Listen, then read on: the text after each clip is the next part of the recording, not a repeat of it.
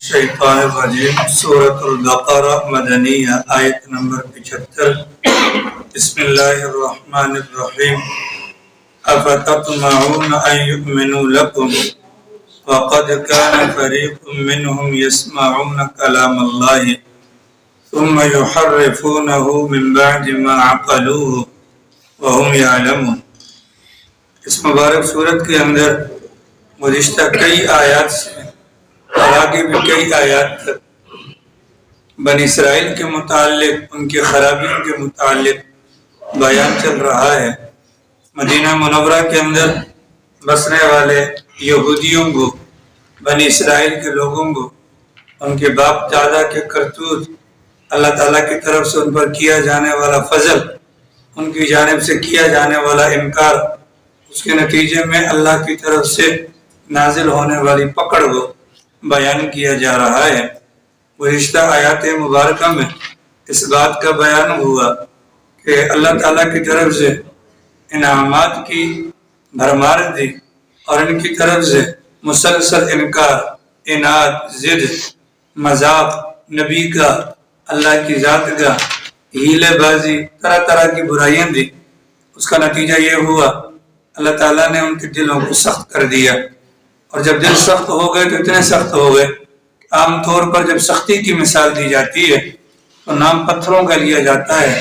اللہ تعالیٰ نے فرمایا کہ پتھروں کے اندر بھی اللہ نے خاصیات رکھی ہیں، لیکن ان کے دل اتنے سخت ہو گئے کہ جس کی بنیاد پر ان کے اندر کسی بھی قسم کی کوئی بھی خوبی پائی نہیں جاتی، فَهِيَ كَالْحِجَارَةِ، کہ وہ پتھر کی طرح ہو گئے۔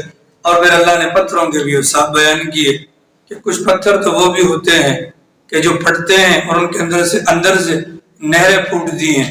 کچھ پتھر وہ بھی ہوتے ہیں کہ جن کو اگر توڑا جائے تو چند قطرے ہی صحیح لیکن پانی نکلتا ہے، اور کچھ پتھر ایسے بھی ہوتے ہیں جو بے جان ہونے کے باوجود پہاڑ سے لڑک کر زمین پر آتے ہیں اور اللہ کی ذات کو سجدہ کرتے ہیں۔ لیکن نافرمانیوں کی وجہ سے یہودیوں کے دل اتنے زیادہ سخت ہو گئے کہ وہ پتھروں سے بھی گئے گزرے ہیں، یعنی کہ پتھر کے مقابلے میں بھی ان کے اندر زیادہ سختی پائی گئی۔ رسول اکرم صلی اللہ علیہ وسلم کا فرمان ہے کہ میں مکہ مکرمہ کے اس پہاڑ کو، اس پتھر کو بھی جانتا ہوں جو مجھے نبوت ملنے سے پہلے مجھے سلام کیا کرتا تھا۔ ایک پتھر تھا، اللہ کے نبی گزرا کرتے تھے تو اس پتھر کے اندر سے آواز آتی تھی، السلام علیکہ یا رسول اللہ۔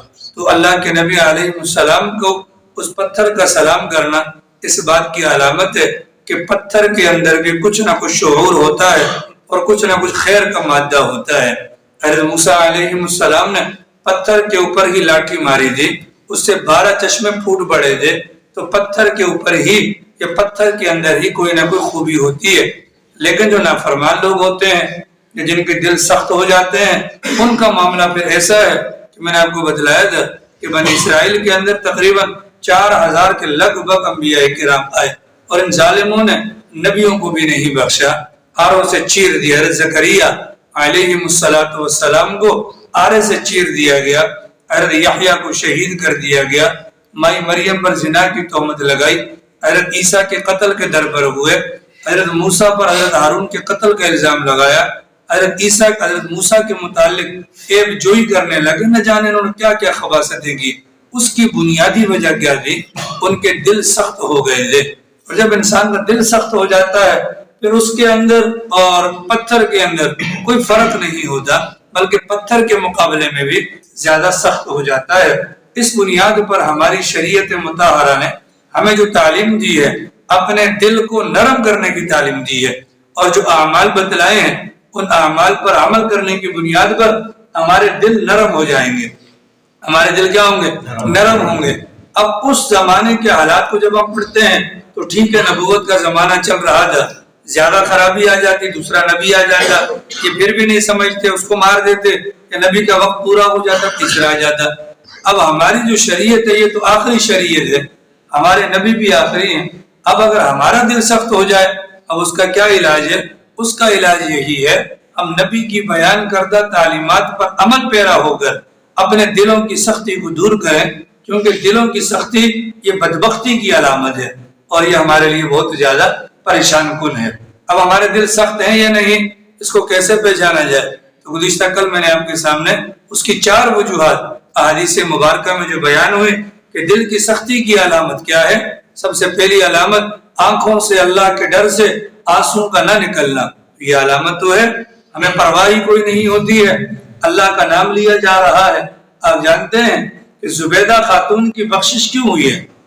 زبیدہ خاتون اتنی بڑی خاتون ہے اس زمانے کے اندر، یعنی کہ جس زمانے میں کوفہ سے بصرہ سے پیدل حج کا سفر ہوتا تھا اور لوگ 6 مہینے تک چلتے تھے، پانی کی دقت تھی، نہر زبیدہ کے نام سے زبیدہ نے اس زمانے کے اندر 17,000 دینار خرچ کر کے وہاں پر ایک نہر کھدوائی، پانی کا انتظام کیا۔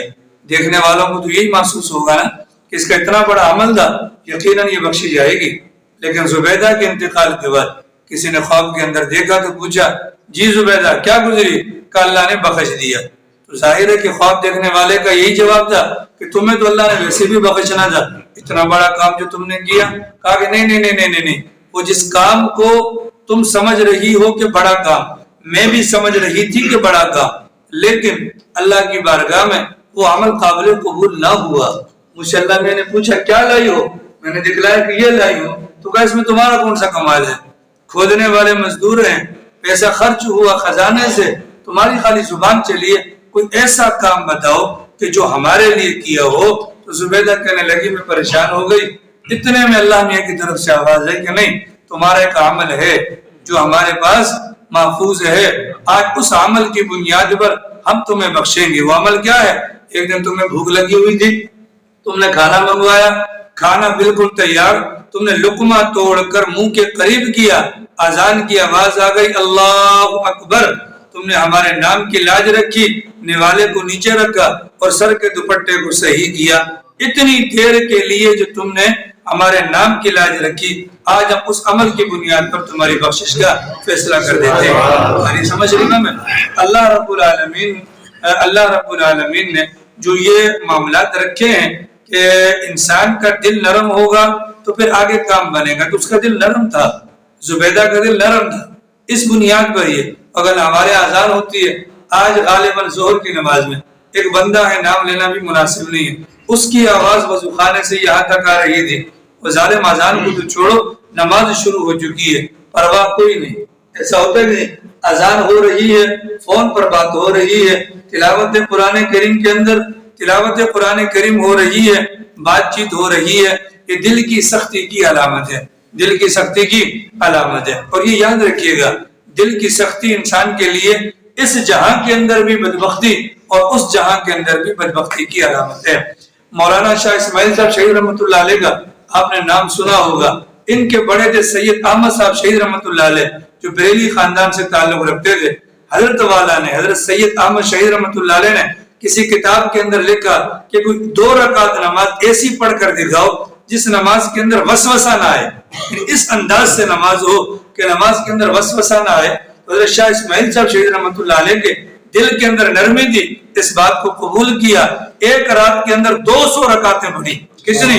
200 رکعتیں پریکٹس کرنے کے لیے پڑھی، جو ہی نیت باندھتے وسوسہ آتا نماز کو توڑ دیتے، دوبارہ پڑھتے۔ اس کوشش کی بنیاد پر اللہ نے کتنا بڑا مقام دیا کہ کسی بندے کے چہرے پر کسی بندے کی نظر پڑی، کسی بندے کے چہرے پر کسی بندے کی نظر پڑی تو دیکھا بندہ بڑا خوبصورت ہے۔ دیکھنے والے نے پوچھا، اللہ کے بندے میں تیرے باپ کو بھی جانتا ہوں، تیرے خاندان کو بھی جانتا ہوں، اتنا خوبصورت میں نے کوئی دیکھا نہیں کہ تیرے چہرے پر نور کا ایک دن میں گزر رہا تھا۔ شاہ اسماعیل شہید رحمۃ اللہ علیہ کی خالی نظر میرے چہرے پر پڑ گئی تھی، اللہ نے مجھے اتنا خوبصورت بنا دیا۔ تاری سمجھ میں؟ تو دل اگر نرم ہوگا، اور اگر دل نرم نہیں ہوگا تو میری جان یہ قرآن کو گھول کر بھی پی لو، ٹھیک ہے، اور مدینہ منورہ کے اندر جا کر مسجد نبوی کے اندر لیٹ بھی جاؤ، کعبۃ اللہ کے ساتھ جا کر چمٹ بھی جاؤ، دل کی سختی دور نہیں ہوگی تب تک اعمال صالحہ کی توفیق نہیں ہوگی، ٹھیک ہے۔ تو دل کی سختی کی علامت کیا ہے؟ رونا نہ آئے، رونا نہ آئے۔ اب ہمارے لوگوں کو رونا آتا ہے؟ بولو، رونا نہیں آتا نا، یہ بدبختی کی علامت ہے۔ اس آنکھ کا کوئی فائدہ نہیں جس آنکھ میں آنسو نہ ہو، ٹھیک ہے۔ رو لیا جائے قبل اس کے، رو لیا جائے قبل اس کے کہ رونے کا موقع ختم ہو جائے. جہنمی روئیں گے, جہنمی روئیں گے. کتنا روئیں گے؟ اتنا روئیں گے, اتنا روئیں گے. ان کے آنسوؤں کے اندر اگر کشتی کو چھوڑا جائے تو کشتیاں بھی چلنے لگ جائیں, لیکن وہ رونا فائدہ مند نہیں ہوگا. ہمارے لوگ روئے صحابہ کرام. عبداللہ ابن عمر کی یہاں باقاعدہ نالی بنی ہوتی تھی, باقاعدہ نالی بنی ہوتی تھی. کس بنیاد پر؟ زیادہ رونے کی وجہ سے. ٹھیک ہے. اور ہمارے دل کیا ہو گئے بھیا؟ سخت ہو گئے. نمبر 2 دل کی سختی کی علامت کہ دل کے اندر احساس کسی کا نہیں, کسی کی پرواہ نہیں. آپ سوچ لیں, ہمیں اپنے پڑوسیوں کی پرواہ ہے؟ بولو, ہمیں اپنے پڑوسیوں کی پرواہ ہے؟ رات کو اگر کوئی آواز آتی ہے ہم اپنا دروازہ چیک کریں گے, لیکن ہم میں سے کسی کو اتنی غیرت نہیں آتی ہم دروازہ کھول کے باہر جائیں. ممکن ہے ہمارا پڑوسی کسی تکلیف میں ہو. مدینہ الرسول کے اندر ایک موقع پر رات کو خوفناک آواز آئی, سارے مدینہ والے ڈر کے اٹھ گئے, سارے باہر دیکھے تو دیکھا کہ رسول اللہ صلی اللہ علیہ وسلم اس آواز کی جانب سے واپس آ رہے تھے اور مدینہ والوں کو اطمینان دلا رہے تھے. گھبرانے کی بات نہیں, میں دیکھ کر آیا ہوں, کوئی خطرے کی بات نہیں. تاریخ سمجھ رہی ہوں میں. تو ہمارے دل کے اندر احساس ہوگا تو ہوگا. رات کی روٹی, رات کا سالن کوئی مائی کا لال ایسا دعویٰ نہیں کر سکتا کہ سارا ختم ہو جاتا ہوگا. نالی کے اندر جاتا ہے, پڑوسی بھوکا سوتا ہے, روٹیاں بلی کے آگے ڈالی جاتی ہیں, کتوں کے آگے ڈالی جاتی ہیں. بھیا کتوں کی, بلیوں کی روزی خدا نے اپنے ذمے لیے, تمہارے ذمے نہیں ہے. تمہارے ذمے کیا ہے؟ اللہ کی مخلوق جو انسانوں میں سے جو تمہارے پڑوسی ہیں ان کا حق ادا کرنا ہے. احساس نہیں ہے, اس بنیاد پر رات کی روٹی صبح کباڑ والے کو دے دیں گے, اپنے پڑوسی کو نہیں دیں گے. آ رہی سمجھ رہی میں. تو دل بھی ہمارا سخت ہے. کیوں بھیا؟ آنکھیں نہیں بہ رہی, دل ہمارا سخت ہے. کیوں بھیا؟ ہمارے دل کے اندر احساس نہیں. اور نمبر 3 ہمارا دل سخت ہے اس بنیاد پر لمبی لمبی امیدیں. آج کسی بڈھے سے پوچھو آپ کا مرنے کا ارادہ ہوگا کہ نہیں, وہ کیا کہے گا؟ نہیں جی نہیں, ابھی ہم نے دیکھا کیا ہے, ابھی تو یہ بال دھوپ میں سفید ہوئے, عمر میں نہیں ہوا. حالانکہ ہر چیز اس کی لٹک رہی ہے نیچے سے نا, لیکن پھر بھی کیا کہتے ہیں؟ ابھی میں جوان ہوں. ٹھیک ہے. آپ کسی بھی بڈھے کو جا کر پوچھو ہاں بھائی مرنے کا کوئی موڈ ہے, وہ کہے گا نہیں لمبی, ابھی تو ابھی دیکھا ہی کیا ہے, ابھی تو دودھ کے دانت بھی نہیں گرے. ٹھیک ہے. مطلب اس کی پوری کوشش ہے واپس چلا جائے اندر جان سے آیا پھر وہاں سے باہر نکلے. یہ کیا ہے؟ لمبی لمبی آرزویں, یہ ہو جائے, وہ ہو جائے, وہ ہو جائے, وہ ہو جائے, اس کے بعد سوچا جائے گا. اس کے بعد کیا ہوگا؟ سوچا جائے گا. اور نمبر 4 کیا بھیا؟ کہ اپنا حرص, یہ بھی مجھے مل جائے, یہ بھی مجھے مل جائے, وہ بھی مجھے مل جائے. آپ کو یقین نہیں آتا, اب جا کے مارکیٹ کے اندر, یہ مچھلی مارکیٹ ہاکر بازار کے اندر دیکھو, آپ کو نوجوان دکاندار کم اور بوڑھے دکاندار زیادہ نظر آئیں گے. وجہ کیا ہے؟ کیا ان کے پاس روزی نہیں ہے, روٹی نہیں ہے؟ آپ دیکھیں گے بہت کم لوگ ایسے آپ کو نظر آئیں گے کہ جو نوجوان ہوں گے, بلکہ بوڑھے افراد زیادہ ہوتے ہیں. وجہ کیا؟ سرکار کا فرمان ہے انسان جوں جوں بڑھتا رہتا ہے 2 چیزیں بھی اس کے ساتھ, اپنا انسان بڈھا ہوتا رہتا ہے, عمر دراز ہوتا رہتا ہے, لیکن 2 خواہشات اس کے دل کے اندر پروان چڑھتی ہیں. نمبر 1 لمبی عمر کا پانا, عمر میری لمبی ہو جائے, اور دوسرا آرزوؤں کا. حضرت جی پیر ذوالفقار نقشبندی صاحب دامت برکاتہم العالیہ فرماتے ہیں, ایک بندے کو میں نے نماز کی دعوت دی, ایک بندے کو میں نے نماز کی دعوت دی. اس نے کہا حضرت جی آپ دعا کریں, یہ جو میری گود میں میرا پوتا ہے نا, میں نے نیت کی ہے یہ بڑا ہو جائے, اس کو حافظ قرآن بناؤں گا, پھر جس دن یہ پہلا مصلی سنائے گا اس کی ابتدا میں کھڑا ہو کر نماز پڑھوں گا. کتنی لمبی امید ہے کہ نہیں ہے؟ ہاں, حالانکہ پوتوں کا آ جانا کہ دادا حضور کے لیے پیغام ہے کہ جناب اب آپ جگہ خالی کریں, اب آپ جگہ خالی کریں.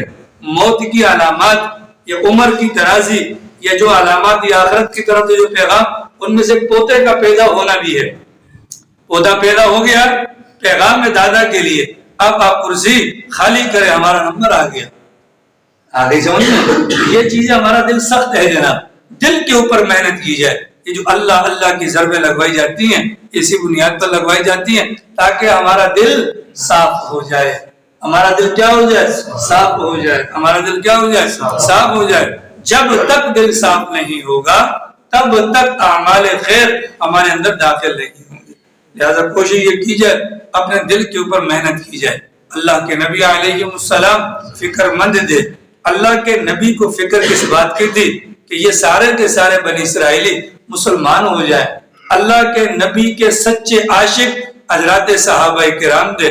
ان کے دلوں کی بھی یہ فکر تھی کہ نبی کی ٹھنڈک ان کے ایمان میں ہے، تو وہ بھی فکر مند ہوا کرتے تھے کہ یہ بدبخت کو مسلمان ہو جائے۔ اللہ رب العالمین نے آیت نمبر 75 کے اندر حضرات صحابہ کرام کو یعنی سمجھانے کے انداز میں فرمایا افتطمعون ان یؤمنوا لکم، کیا اے محترم صحابہ، اے مقدس جماعت صحابہ، کیا تمہارے دلوں کے اندر یہ بات ہے، کیا تم یہ اطمینان رکھتے ہو، کیا تم یہ طمع کرتے ہو، لالچ کرتے ہو کہ یہ صحابہ کرام اپنا یہ بنی اسرائیل کے لوگ مسلمان ہو جائیں، ایمان قبول کر لیں؟ کیا تم اس بات کی امید رکھتے ہو؟ گویا کہ اللہ نے یہ بات کر کر بتلا دیا، تم ان سے ایمان کی امید مت رکھو، ان سے ایمان کی امید مت رکھو، ان سے ایمان کی امید مت رکھو۔ کیوں نہ رکھو؟ اس لیے کہ دل سخت ہو گئے۔ دل کیا ہو گئے؟ سخت ہو گئے۔ تو جب دل سخت ہو گئے تو امید رکھنا نہ رکھنا برابر ہے۔ آپ ان کو ڈرائیں یا نہ ڈرائیں، صدارت آپ ان کو ڈرائیں یا نہ ڈرائیں۔ آگے سمجھ لیجیے میں حضرات صحابہ کرام کتنے مقدس لوگ ہیں نا۔ ویسے تو اللہ کی نظر ہر بندے پر ہے، ویسے تو اللہ کی نظر ہر بندے پر ہے، لیکن صحابہ کرام کی سوچ پر بھی اللہ کی نظر، فکر پر بھی اللہ کی نظر۔ کس بنیاد پر؟ کہ کیا آپ کو یہ امید، کیا آپ کو یہ لالچ ہے، کیا آپ کو یہ طمع ہے کہ یہ لوگ ایمان قبول کر لیں؟ تو حضرات صحابہ کرام کی خوش نصیبی دیکھیں، ان کی سوچ پر بھی اللہ کی نظر ہے، ان کی سوچ پر بھی۔ کچھ باتیں حضرات صحابہ کرام کے متعلق بھی ہو جائیں، کیونکہ قرآن کریم شروع ہوا تو باقی ساری باتیں آپ کے سامنے آ گئے۔ صحابہ کس کو بولتے ہیں؟ جس بندے نے ایمان کی حالت میں، جس بندے نے ایمان کی حالت میں پلک جھپکنے کی دیر میں رسول اکرم صلی اللہ علیہ وسلم کو دیکھا ہو اور پھر ایمان پر ہی اس بندے کا خاتمہ ہوا ہو، اس کو صحابی کہا جاتا ہے۔ اس ایک نظر کی برکت سے وہ بندہ عام انسانوں کی لسٹ میں سے نکل جاتا ہے اور انبیاء کرام کے بعد اس کا سب سے بڑا مقام بن جاتا ہے۔ رسول اکرم صلی اللہ علیہ وسلم کی صحبت میں بیٹھنے والوں کو صحابہ کہا جاتا ہے۔ حضرت عیسیٰ کی صحبت میں بیٹھنے والوں کو حواریین کہا جاتا تھا۔ اللہ کے نبی علیہ السلام کے جتنے بھی صحابہ کرام ہیں، ان سب نے رسول اکرم صلی اللہ علیہ وسلم کی زیارت کی، اللہ کے نبی سے تعلیمات لی، ان تعلیمات کو دنیا بھر کے اندر پھیلا دیا۔ اس بنیاد پر اللہ کے نبی نے فرمایا اصحابی کالنجوم، کہ میرے صحابہ ستاروں کی مانند ہیں، میرے صحابہ ستاروں کی مانند ہیں۔ تو ہمارا عقیدہ یہ ہے کہ جس طریقے سے کوئی بھی ستارہ سیاہ نہیں ہوتا، اسی طریقے سے کوئی بھی صحابی گمراہ نہیں ہوتا۔ ٹھیک ہے جناب والا، حضرات صحابہ کرام جتنے بھی ہیں، حضرات صحابہ کرام جتنے بھی ہیں، وہ سارے کے سارے قابل احترام ہیں۔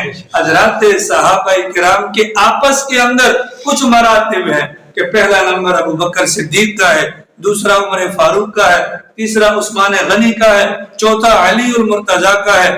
یہ جو مقام ہے، یہ ان حضرات کے مراتب یہ خود سرکار نے اشارتاً کنایتاً یا اس زمانے کے خیر القرون حضرات صحابہ کرام نے بیان کیا۔ اس حد تک تو ٹھیک ہے، لیکن میں اور آپ اس قابل نہیں ہیں ہم حضرات صحابہ کرام کے مقامات کو اونچا نیچا کریں، بلکہ ہمارے لیے ان مقامات، ان کے احترام اور ان کے متعلق زبان کو بند کرنے کی ضرورت ہے۔ اگر اللہ نہ کرے ہم میں سے کسی کی زبان سے کسی بھی صحابی کی شان میں اگر بال برابر بھی کوئی گستاخی ہو گئی، ہمارا ایمان گیا، ہمارا ایمان گیا۔ وجہ کیا ہے؟ وجہ کیا ہے؟ غور سے سنیے گا، وجہ کیا ہے؟ ہم عبادت اللہ کی کرتے ہیں، ہمارا عقیدہ ہے، ہم سب کا عقیدہ ہے، ہم عبادت اللہ کی کرتے ہیں، ہم اتباع رسول اللہ کی کرتے ہیں، ہم اقتداء حضرات صحابہ کرام کی کرتے ہیں۔ ارے سمجھ میں؟ ہم اگر عبادت کے لیے چنیں گے تو کس کو؟ صرف اللہ کو۔ ٹھیک ہے؟ اگر ہم اتباع پیروی کرنے کے لیے چنیں گے تو کس کو؟ رسول اللہ صلی اللہ علیہ وسلم کو۔ اور اگر اقتداء کے لیے اگر ہم چنیں گے، یعنی کن کی بات کو مانیں گے، اگر اس کام کے لیے چنیں گے تو حضرات صحابہ کرام۔ سمجھ رہی ہوں میں؟ حضرات صحابہ کرام کا مقام بہت بلند ہے، ان کے بارے میں کیا کہا جائے، ان کے بارے میں کہنا نہ کہنا برابر ہے، اس لیے کہ ہم سب مومن ہیں اور ہم میں سے ہر بندے کے دل کے اندر حضرات صحابہ کرام کی محبت الحمدللہ موجود ہے۔ آگے سمجھ رہی گا میں؟ بات نمبر 2، رسول اکرم صلی اللہ علیہ وسلم آئے صرف 23 سال کے لیے۔ نبوت والی زندگی کتنی ملی؟ صرف 23 سال، اور اس کے بعد پیغمبر کی جو نبوت جاری ہے وہ قیامت کی صبح تک ہے۔ اب اللہ کے نبی علیہ السلام صرف مکہ مکرمہ کے اندر رہے 13 سال، 10 سال مدینہ کے اندر رہے، ایک سفر سرکار کا اور مطلب بلاد عرب سے باہر کا بھی ہوا۔ اب جب قیامت تک اللہ کے نبی کی نبوت جاری ہے تو سوال یہ ہے کہ نبی کی باتوں کو پوری دنیا کے اندر پھیلایا کس نے؟ تو جواب آئے گا حضرات صحابہ کرام۔ سمجھ رہی ہوں؟ اب جب حضرات صحابہ کرام نے پھیلایا، ان حضرات صحابہ کرام نے کسی بات کو نہیں چھپایا، ایک ایک بات کو ایک ایک انسان تک پہنچانے کا فریضہ سر انجام دیا۔ یہی وجہ ہے اللہ ہم سب کو لے کر جائے، جب ہم جنت البقیع کے اندر جاتے ہیں تو صرف اور صرف 10,000 صحابہ کرام کی قبریں ملتی ہیں، باقی صحابہ کی قبریں کہاں ہیں؟ آپ کے پاکستان کے اندر موجود ہیں، آپ کے پاکستان کے اندر موجود ہیں، افغانستان کے اندر موجود ہیں، دنیا بھر کے اندر کوئی علاقہ کوئی ملک ایسا نہیں جہاں پر حضرات صحابہ کرام کی قبریں موجود نہ ہوں۔ ان صحابہ کرام نے آ کر ہمیں بتلایا کیا؟ یہ قرآن اللہ کی کتاب ہے۔ کیا بتلایا؟ یہ قرآن اللہ کی کتاب ہے اور محمد الرسول اللہ ہمارے پیغمبر ہے۔ کس نے بتلایا؟ صحابہ نے۔ خدا کی قسم اگر صحابہ نہ آتے آج ہم ہندو ہوتے، سکھ ہوتے، نہ جانے کون سے مذہب کے پیروکار ہوتے۔ حضرات صحابہ کرام کا امت پر اتنا بڑا احسان ہے، ہم صبح سے لے کر شام تک، شام سے لے کر صبح تک اگر ان کے لیے دعائیں کرتے رہیں ہماری دعائیں کم پڑ جائیں گی۔ ان کا احسان بہت بڑا ہے۔ ان صحابہ کرام نے ہمارے علاقوں میں آ کر ہمیں بتلایا کہ تم جو کر رہے ہو وہ غلط کر رہے ہو۔ کتنی تکلیف تھی صحابہ کو۔ اب تصور کریں صحابہ عرب کے رہنے والے اور عرب کے باہر ہمارے جیسے سارے عجم کے رہنے والے، ان صحابہ نے اشاروں کے اندر دین سمجھایا ہوگا۔ کتنا مشکل ہے، مذاق نہیں ہے۔ حضرات صحابہ کرام نے چند ایسے علاقوں کے دورے کیے کہ جہاں پر زبان نہیں آتی تھی ان لوگوں کو اسلامی تجارت سکھلانی تھی۔ صحابہ نے دکانداری کے اندر دکانوں میں بیٹھ کر ان کو اسلامی طریقے کے مطابق تجارت کا ہنر سکھلایا اور مسائل بتلائے۔ منہ سے کہنا بہت آسان ہے، منہ سے کہنا بہت۔ آج قرآن موجود ہے الحمدللہ، تفاسیر موجود ہے الحمدللہ، جگہ موجود، میری بات آپ کو سمجھ میں بھی آتی ہے، اس کے باوجود آپ حضرات کی زندگیوں میں چینج نہیں آتا۔ ان صحابہ کی قربانی پر قربان، انہوں نے کتنا محنت کی ہوگی کہ ان کے جانے کے بعد آج بھی آپ جائیں اندرون سندھ کے اندر، میں خود گیا سکھر میں حضرات صحابہ کرام کی قبروں کی زیارت سے اللہ نے مستفیض فرمایا۔ اس جگہ جہاں پر آج 1400 سال گزرنے کے بعد بھی اللہ کی قسم پرائیویٹ گاڑی کر کے جانا پڑتا ہے، انتہائی دشوار گزار راستہ ہے، لیکن صحابہ اسے 1400 سال پہلے یہاں پر پہنچ گئے۔ وہ ہمارے محسن ہے جناب، وہ ہمارے محسن ہے، چاہے ابو بکر صدیق ہو یا چاہے آخری صحابی سیدنا انس بن مالک رضی اللہ عنہ ہوں، ہم ان کا حق ادا نہیں کر سکتے۔ ہم دعا کر سکتے خدایا ان صحابہ کو اپنی شیا نشان بدلا عطا فرما۔ بات نمبر ہو گئی 2۔ ان صحابہ نے ہمیں آ کر بتلایا، کیا بتلایا؟ کہ نبی دین لے کر آئے تھے۔ اب وہ دین بہت بڑا ہے، وہ دین بہت بڑا ہے۔ صحابہ نے خالی نماز کا تو نہیں کہا کہ اللہ کے نبی نے کہا کہ صرف نماز پڑھنا، صحابہ نے خالی روزوں کا تو نہیں کہا، صحابہ نے پیغمبر کی پوری زندگی کو لیا اور امت کے سامنے آ کر رکھ دیا کہ نبی ایک وقت میں مصلی پر کھڑا ہو کر دین کا امام بھی تھا، اور وہی نبی مصلی سے اتر کر اسلحہ پہن کر جب میدان کے اندر جاتا ہے تو مسلمانوں کا کمانڈر اور چیف بن کر کھڑا ہوتا ہے۔ یہ صحابہ نے بتلایا، ٹھیک ہے، اس نے انہی صحابہ نے بتلایا۔ اس نبی نے مکہ چھوڑا، مدینہ آئے، یہاں پر آنے کے بعد یہودی تھے، مخالفین تھے ان کے ساتھ معاہدہ کیا. یہ سیاست مدینہ کے نام سے جانا جاتا ہے کہ ہمارا پیغمبر ایک لیڈر بھی تھا, ہمارا پیغمبر ایک لیڈر بھی تھا. انہی صحابہ نے آ کر بتلایا کہ ہمارے نبی نے کہا کہ میں آخری نبی ہوں, میرے بعد کوئی نبی نہیں, لہذا ختم نبوت پر ایمان رکھنا بھی فرض ہے. یہ صحابہ نے بتلایا. ٹھیک ہے, انہی صحابہ نے بتلایا کہ نبی نے ہمارے متعلق کہا تھا کہ میرے صحابہ کی مثال کھانے میں نمک کی طرح ہے, کھانے میں نمک کی طرح ہے. اگر کھانے سے نمک نکال دو تو کھانا بے ذائقہ, دین سے صحابہ کو نکال دو تو دین بے ذائقہ. ہری سمجھ رہی میں, یہ ساری چیزیں ہمیں کس نے بتلائی؟ صحابہ کرام نے بتلائی. پھر ان صحابہ نے بتلایا کہ نبی پڑھتے بھی تھے, نبی پڑھاتے بھی تھے, یہ بات بھی صحابہ نے بتلائی. نبی نے مدرسہ بنایا تھا, اس مدرسے کا نام صفہ تھا, اس مدرسے کا محتمم خود رسول اللہ صلی اللہ علیہ وسلم تھے. اس مدرسے کے اندر پڑھائی جانے والی کتاب کا نام کتاب اللہ تھا. اس مدرسے کے اندر پڑھنے والے طلباء کو صحابہ کہا جاتا تھا. اس مدرسے کا امتحان اللہ کی ذات خود لیا کرتی تھی اور نتیجہ بھی خود دیا کرتی تھی. یہ ساری باتیں ہمیں کون بتائے گا, کس نے بتائی؟ حضرات صحابہ کرام نے. اب جب صحابہ نے بات بدلائی, وہ تو صحابہ تھے, ان کے ساتھ نبی کی صحبت کی برکت سے اللہ کا خصوصی کرم تھا.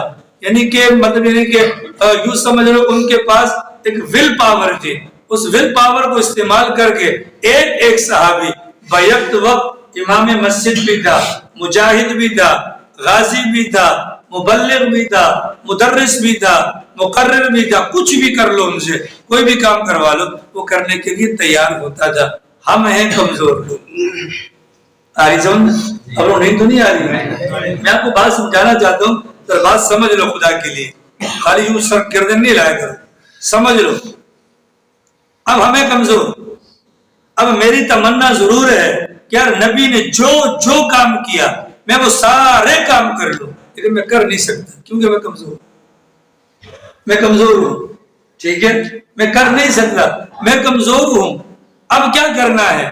مجھے شریعت نے حکم دیا کہ نبی نے جو جو کیا, جو کچھ نبی لے کر آیا, تمہاری ذمہ داری ہے کہ تم اس پر ایمان لاؤ کہ وہ بالکل برحق تھا. نمبر ایک. نمبر دو, تم نیت کر لو اگر اللہ مجھے طاقت دے, اللہ مجھے توفیق دے تو نبی نے جتنے بھی کام کیے ہیں نبی کی سنت کو پورا کرتے ہوئے میں وہ سارے کام کروں. یہ نیت تو کر سکتے ہیں. حضرت تھانوی رحمۃ اللہ علیہ فرمانے لگے, ایک دن ویسے بیٹھے بیٹھے میرے دل میں خیال آ گیا کہ یار میں دوسروں کو سنت کی تعلیم کا کہتا رہتا ہوں, ذرا اپنے من کے اندر جھانک کر بھی تو دیکھوں کہ میری اپنی زندگی میں سنتیں ہیں کہ نہیں. 3 دن کے لیے خانقاہ کو تالا, 3 دن کے لیے خانقاہ کو تالا لگا دیا, بھائی کوئی نہ آئے, کسی کا خط نہیں, کسی کو ملنا نہیں. 3 دن تک خالی مسجد میں آتے, نماز پڑھاتے, محراب سے نکلتے, کمرے میں چلے جاتے. 3 دن تک, اور 3 دن تک اپنے بارے میں سوچ کر چوتھے دن آ کر خانقاہ میں کہا الحمدللہ. کیا کہا؟ الحمدللہ. میں نے اپنی زندگی کے بارے میں سوچا اور رسول اللہ کی زندگی کے بارے میں سوچا. الحمدللہ 3 دن کے فکر سوچ بچار کے بعد میں اس نتیجے پر پہنچا کہ پیغمبر کی زندگی کے اندر پائے جانے والے سارے کام الحمدللہ میں کر چکا ہوں. صرف ایک عمل باقی ہے. وہ کیا؟ کہ ایک موقع پر اللہ کے نبی نے حضرت عائشہ کے ساتھ دوڑ لگائی تھی. آج تک میں بیوی کے ساتھ دوڑ نہیں لگا سکا, باقی اللہ کے فضل سے پیغمبر کا پورا دین میرے اندر آ چکا ہے. آری سمجھ میں؟ انہوں نے کر کے دکھایا نا. اب ہم کر نہیں سکتے, نیت تو کر سکتے ہیں, نیت تو کر سکتے ہیں, اللہ توفیق دے گا تو کر لیں گے. چنانچہ ہمارے بڑوں کی قبروں پر اللہ کروڑوں رحمتیں نازل فرمائے. انہوں نے امت کی آسانی کے لیے پیغمبر کے دین کو مختلف شعبوں کے اندر بانٹ دیا. یہ تبلیغ ہے, پیغمبر نے تبلیغ دی, اللہ نے مولانا الیاس کو کھڑا کر دیا, اللہ قبر کو منور فرمائے. انہوں نے بتلایا, انہوں نے جہاد کا انکار نہیں کیا, انہوں نے نبی کی امامت کا انکار نہیں کیا, انہوں نے نبی کی درس و تدریس کا انکار نہیں کیا. انہوں نے امت کو بدلایا کہ اگر باقی کام نہیں کر سکتے اس والے کام کو تو کم سے کم کر لو, کہ یہ تبلیغ والا کام. اللہ نے مولانا الیاس صاحب رحمت اللہ تعالی علیہ سے یہ کام لیا, انہوں نے ترتیب قائم کی, آج حضرت والا کو قبر میں گئے ہوئے سال ہا سال گزر گئے، لیکن پوری دنیا کے اندر الحمدللہ تبلیغی جماعت کام کر رہی ہے، اور کام کرنے کے نتیجے میں حضرت والا کا نامہ اعمال کھلا ہے، صدقہ جاریہ کے طور پر اللہ قبول فرما رہے ہیں۔ آج جو تبلیغی جماعت جاتی ہے، یہ تبلیغی جماعت یہ جو کام کر رہی ہے پورے دین پر، ایمان پر، پیغمبر کی طرف سے ملنے والے دین کے ایک حصے کے اپنے آپ کو قابل سمجھ کر اس حصے کے ذریعے سے اللہ کو اور پیغمبر کو راضی کر کے جنت کی حقدار بنتی ہے۔ ٹھیک ہے، اللہ تعالیٰ کی طرف سے، پیغمبر کی طرف سے ہمیں جہاد کا حکم ملا۔ 1857 کی جنگ آزادی میں مولانا حسین احمد صاحب مدنی رحمہ اللہ کھڑے ہوئے اور انہوں نے اللہ کے نبی کی طرف سے ملنے والے جہاد کے پیغام کو پوری دنیا کے اندر پہنچایا، اپنے کفن کو رکھا اور پھر پیغمبر کی سنت کے مطابق درس کو چھوڑا، سب چیزوں کو چھوڑ کر جہاد کے میدان کے اندر آ گئے۔ اللہ نے جہاد کا کام ان سے لے لیا۔ اب جتنے بھی مجاہدین ہیں وہ سارے کے سارے اس سنت پر عمل تو کرتے ہیں، لیکن تبلیغ کا منکر کوئی نہیں ہے، دین کے کسی اور شعبے کا منکر کوئی نہیں ہے۔ جب صحابہ نے بتلایا ہمارا نبی آخری نبی ہے، معاملہ ختم نبوت کا آیا، اللہ نے بندہ کھڑا کر دیا۔ سید عطا اللہ شاہ صاحب بخاری رحمہ اللہ انہوں نے آ کر اس کام کو اٹھایا۔ اب جو ختم نبوت کا کام کرتا ہے وہ تبلیغ کا منکر نہیں ہے، وہ جہاد کا منکر نہیں ہے، وہ کہتا ہے یہ بھی دین کا کام ہے، اللہ نے مجھے شعبے کے لیے چن لیا۔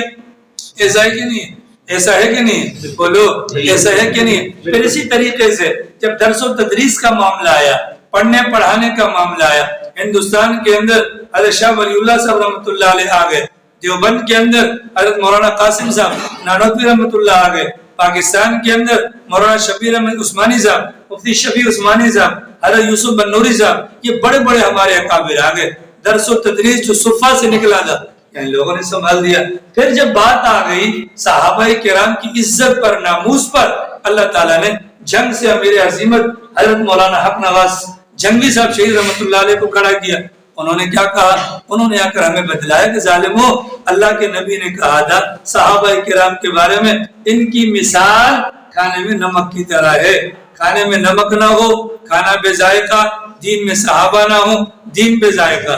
یہ بات کہنے کی وجہ کیا تھی کہ لوگوں نے پروپیگنڈا کرنا شروع کر دیا تھا، عام سادہ مزاج لوگوں کو کہنا شروع کر دیا ہم نبی کو مانتے ہیں، پر صحابہ ہماری طرح کے انسان تھے۔ ہمارے اکابر نے اس بات پر زور لگایا کہ ظالموں، وہ انسان تھے پر ہماری طرح کے انسان نہیں تھے، وہ انسان تھے پر ہماری طرح کے انسان نہیں تھے۔ چنانچہ اللہ تعالیٰ نے پیغمبر کے دین کو مختلف حصوں کی صورت میں پوری کی پوری امت کے اندر زندہ کر رکھا ہے۔ ٹھیک ہے جناب والا، بات نمبر ہو گئی کتنی؟ 3 ہو گئی۔ بات نمبر 4، اب مختلف علاقوں کے اندر بلکہ ایک چیز تو رہ گئی کہ پیغمبر نے سیاست بھی کی ہے۔ ہمارے پاس ایسے لوگ ہیں کہ وہ سیاست میں علماء کے کردار کو ماننے کے قائل نہیں ہیں، حالانکہ بہت بڑی غلطی ہے۔ اس وقت پاکستان کے اندر سیاست کا ٹوٹل دار و مدار قائد جمعیت حضرت مولانا فضل الرحمان صاحب دامت برکاتہم العالیہ کے گرد گھوم رہا ہے۔ ٹھیک ہے، ان کی پگڑی پر اعتراض، تو یہ پگڑی جو مولانا نے پہنی ہے، یہ پگڑی بدر کے میدان کے اندر جبرائیل امین بھی پہن کر آیا تھا۔ اور بولو مولانا فضل الرحمان صاحب ایک سیاست دان ہے اور ایک عالم دین بھی ہے، ایک سیاست دان بھی ہے، ایک عالم دین بھی ہے۔ اب اعتراض کرنے والے مولانا پر اعتراض کرتے ہیں، سمجھ سے بالا تر ہے۔ جن لیڈروں کی وہ تعریفیں کرتے ہیں ہم ان کی مذمت نہیں کرتے، لیکن ہم اتنا ضرور کہتے ہیں جناب مولانا کو ان لیڈروں کے ساتھ تول کر تو دیکھو، کرپشن مولانا پر ثابت ہوئی، کوئی اسکینڈل مولانا کا بنا، مولانا کے خلاف کی جانے والی جتنی بھی مہم جوئی ہے اس کا کوئی قابل قدر نتیجہ برآمد ہوا نہیں ہوا۔ مولانا کیا کر رہا ہے؟ پیغمبر کی سنت کو زندہ کر رہا ہے۔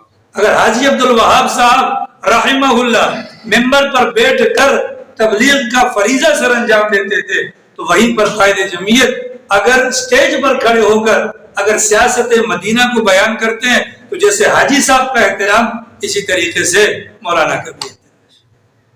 خیری سمجھ. پھر کہتے ہیں مولانا نے کیا کیا؟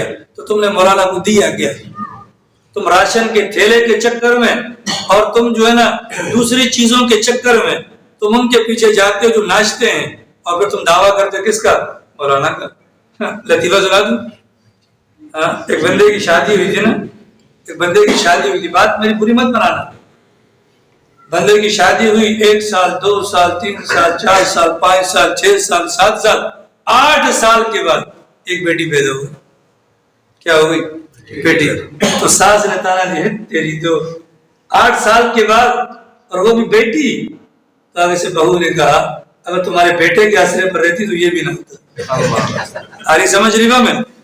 اگر یہ مولانا لوگ اگر یہ بیٹھ جائیں پیچھے آپ لوگوں کے آسرے پر کہ آپ ووٹ دیں گے اور آپ ان کو اٹھا کر پارلیمنٹ میں لے کر جائیں گے، تو خدا کی قسم آپ کے ملک کے اندر نہ ختم نبوت کا قانون محفوظ ہوگا، نہ ناموس صحابہ کا قانون، نہ آپ کا قرآن بچے گا. جو آپ کے اداروں کے اندر کہ جو آپ کے قانون کے اندر جو اسلامی شقیں ہیں وہ ساری کی ساری کیا ہو جائیں گی؟ ضائع ہو جائیں گی. اس بنیاد پر سیاست کرو، سیاست کرو سنت سمجھ کر، سیاست کرو سنت سمجھ کر. سیاست نہیں کر سکتی بکواس نہ کرو، کیونکہ میں کام نہیں کر سکتا. بھیا میں کام نہیں کر سکتا تو مجھے اعتراض کرنے کا بھی حق نہیں، مجھے اعتراض کرنے کا بھی حق نہیں. کام کرو. وہ کیا کہتے ہیں کتاب کے اوپر ٹائٹل بڑا پیارا تھا، آگے بڑھو یا راستہ چھوڑو، آگے بڑھو یا راستہ چھوڑو، کام کرو یا کام کرنے تو لوگوں. ارے سمجھ رہی بات. بات نمبر ہو گئی 3. بات نمبر 4، حضرات صحابہ کرام ابو بکر عمر عثمان علی یہ تو بڑے ہو گئے. حضرات صحابہ کرام میں سے سب سے زیادہ جو مظلوم صحابی ہے وہ سیدنا امیر معاویہ رضی اللہ عنہ. اس کی وجہ کیا ہے؟ باصلاحیت انسان، ایک بہت بڑے کردار کا حامل انسان، لیکن غلط فہمیوں کی بنیاد پر اس کے مقام کو احترام کو دبا دیا جاتا ہے. یہ کون ہے امیر معاویہ؟ ہمارے ماموں ہیں. ماموں ہمارے کون ہیں؟ ماموں. وہ کیسے؟ اللہ کے نبی کی بیگم ہے ام حبیبہ، اور اللہ کے نبی کی بیگم ہماری ماں. تو یہ ام حبیبہ کی بھائی ہیں امیر معاویہ. ہمارے کیا بن گئے؟ ماموں بن گئے. ہمارے کیا بن گئے؟ اللہ کی شان. سیدنا علی المرتضی اور امیر معاویہ، ان دونوں حضرات کے درمیان ایک جنگ ہوئی، اس کو جنگ صفین کا نام دیا جاتا ہے. اس جنگ کے حقائق سے بھی لوگوں کو معلومات نہیں. سرسری طور پر اس واقعے کو بیان کیا جاتا ہے. معاذ اللہ حضرت امیر معاویہ کے خلاف بکواسات کی جاتی ہے، ان کے مقام کو گرایا جاتا ہے. حالانکہ ہمارا عقیدہ یہ ہے حضرات صحابہ کرام کے درمیان جو اس قسم کے معاملات ہوئے ہم نے اپنی زبانوں کو بند رکھنا ہے. ہمیں فیصلے کے لیے اللہ نے قاضی نہیں بنایا. صحابہ کا قاضی خود اللہ کی ذات ہے اور اللہ کو سب کچھ پتا ہے. اللہ نے سب صحابہ کے بارے میں فرمایا وَكُلًّا وَعَدَ اللَّهُ الْحُسْنَى. یہ سارے کے ساروں کے ساتھ اللہ نے جنت کا وعدہ کیا. ٹھیک ہے. چنانچہ اس زیادتی کی وجہ سے اس رجب کے مہینے کی 22 تاریخ کو حضرت امیر معاویہ رضی اللہ عنہ کا یوم وفات بھی ہے. بعض لوگ خوشی مناتے ہیں. وہ جو خوشی منانے والے ہیں وہ کیوں مناتے ہیں؟ ان کو غلط بتلایا گیا کہ یہ حضرت علی کا دشمن تھا، یہ اہل بیت کا دشمن تھا. حالانکہ ایسا نہیں تھا، حالانکہ ایسا نہیں تھا. جب ایسا نہیں تھا تو گویا کہ بڑا آدمی ہے تو بڑے آدمی کا احترام بھی ہمارے دل کے اندر ہونا چاہیے. رسول اکرم صلی اللہ علیہ وسلم نے ایک موقع پر سیدنا امیر معاویہ رضی اللہ عنہ کو سواری پر پیچھے بٹھایا اور پوچھا امیر معاویہ تمہارے جسم کا کون سا حصہ میرے جسم کے ساتھ ٹچ ہے؟ تو کہا سرکار میرا پیٹ. حضرت والا نے دعا مانگی اے اللہ اس کے اس حصے کو علم سے بھر دے، اس حصے کو علم سے بھر دے. اللہ کے نبی کی دعا ہے اللہم اجعلہ ہادیا مہدیا واہد بہ. کہ اللہ اس کو ہدایت والا بنا، ہدایت یافتہ بنا، دوسروں کو راہ راست پر لانے کا سبب بنا. ٹھیک ہے. حضرت امیر معاویہ کا سب سے بڑا اعزاز یہ کاتب قرآن ہے.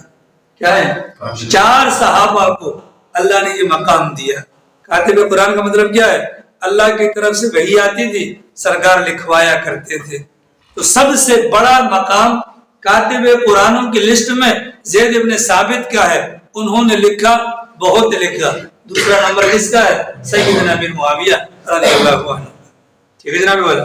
اب چونکہ ہمارے ذہنوں کے اندر ان کے بارے میں معلومات نہیں ہے، اس بنیاد پر معاذ اللہ ہم بھی سوشل میڈیا پر یا نیٹ وغیرہ پر چیزیں دیکھ لیتے. بڑا ظالم تھا. ایسی بات مت کیجیے گا. امیر معاویہ صحابی ہیں، ان کے والد ابو سفیان صحابی ہیں. یزید پلید تھا، پلید ہے، ہم اس کو نہیں مانتے. اس کی آڑ میں حضرت امیر معاویہ کو کچھ کہا جائے یا ابو سفیان کو کچھ کہا جائے، وہ گمراہ تو ہو سکتا ہے، وہ مسلمان نہیں ہو سکتا، وہ ہدایت یافتہ نہیں ہو سکتا. اسی بنیاد پر موقع با موقع پروگرامات منعقد کیے جاتے ہیں. ان کا مقصد کیا ہے؟ بھولی ہوئی امت کو ان کا بھولا ہوا سبق یاد دلانا. تو یہ جو ہماری سامنے والی چورنگی ہے، کل انشاءاللہ یہاں پر پروگرام ہوگا اور اس پروگرام کا نام ہی کاتب قرآن رکھا گیا ہے. کاتب قرآن رکھا ہے. بڑے بڑے علماء آئیں گے. اب دیکھو بات میں نے بھی کی ہے، بات وہ بھی کریں گے، لیکن بات میں فرق ہے. ان کی زندگی اس کام میں کھپ گئی، ان کی زندگی اس بات میں کھپ گئی. ان کی بات میں جو اثر ہوگا، میری بات میں وہ اثر نہیں ہے. جو کچھ وہ بتا سکیں گے میں نہیں بتا سکوں گا. اس بنیاد پر معلومات میں، علم میں اضافہ ہو. آپ تمام احباب سے گزارش ہے کل اس پروگرام کے اندر شرکت ضرور کیجیے گا. اب ہمیں سے کوئی یہ نہ کہنا اس سپاہ کا بتائیں بھائی، سپاہ کا کیا ہے؟ 2 چیزیں میری جان، 2 چیزیں ہیں. ایک کو کہتے ہیں دفاعی صحابہ، ایک کو کہتے ہیں سپاہی صحابہ. ٹھیک ہے؟ دفاعی صحابہ یعنی صحابہ کرام کی طرف اٹھنے والی انگلی کا جواب دینا یار مومن کا فرض ہے. ہم دفاعی صحابہ والے ہیں. وہاں پر پروگرام میں بیٹھنے سے ہمارے اوپر کوئی چھاپ نہیں لگ جائے گی کہ تم نے اپنی تنظیم چھوڑ دی. ہمارا کسی سے بھی تعلق ہو، ہم تمام چیزوں کو برداشت کریں. یہاں پر بیٹھے، جمعیت کے جلسوں میں بیٹھے، تبلیغی اجتماع کے اندر جائیں، جہاں پر بھی جائیں، یہ سوچ کر جایا کریں. کیا؟ یہ سوچ کر جایا کریں کہ بھائی یہ بھی دین کا کام ہے. یہ بھی کیا ہے؟ اللہ کے نبی علیہ السلام نے اپنی زندگی کے اندر سر صدارت باقاعدہ جمعہ پڑھایا. فضائل سیدنا ابو بکر صدیق رضی اللہ عنہ. اس سے یہ پتہ چلا حضرات صحابہ کرام کا ذکر کرنا اور اس کے لیے لوگوں کو جمع کرنا یہ بالکل سنت کے مطابق ہے. سرکار نے بھی کیا نا تو ہم بھی کریں گے. تو کل اس پروگرام کی وجہ سے کہ میں یہ چاہتا ہوں کہ جو باتیں ہم یہاں کرتے ہیں وہی باتیں انشاءاللہ وہاں بیٹھ کر سن لیں گے. تو کل اس پروگرام کی وجہ سے درس قرآن نہیں ہوگا. کل انشاءاللہ چھٹی ہے. آپ حضرات سے گزارش ہے اول سے آخر نیت کو ٹٹول کر بیٹھیے گا اور کچھ فائدہ حاصل کیجیے گا، کچھ فائدہ تاکہ حاصل ہو جائے. تو کل انشاءاللہ یہاں پر چوک پر پروگرام ہوگا. تمام احباب عمل کی نیت سے جائیں گے انشاءاللہ تو بالیقین فائدہ ہوگا. ٹھیک ہے انشاءاللہ. باقی جو ہمارا ترجمہ ہے آیت نمبر 75 انشاءاللہ، چونکہ کل تو اتوار کو وہاں ہوں گے، پرسوں انشاءاللہ بیان کیا جائے گا. اللہ پاک توفیق عمل نصیب فرمائے. باقی انشاءاللہ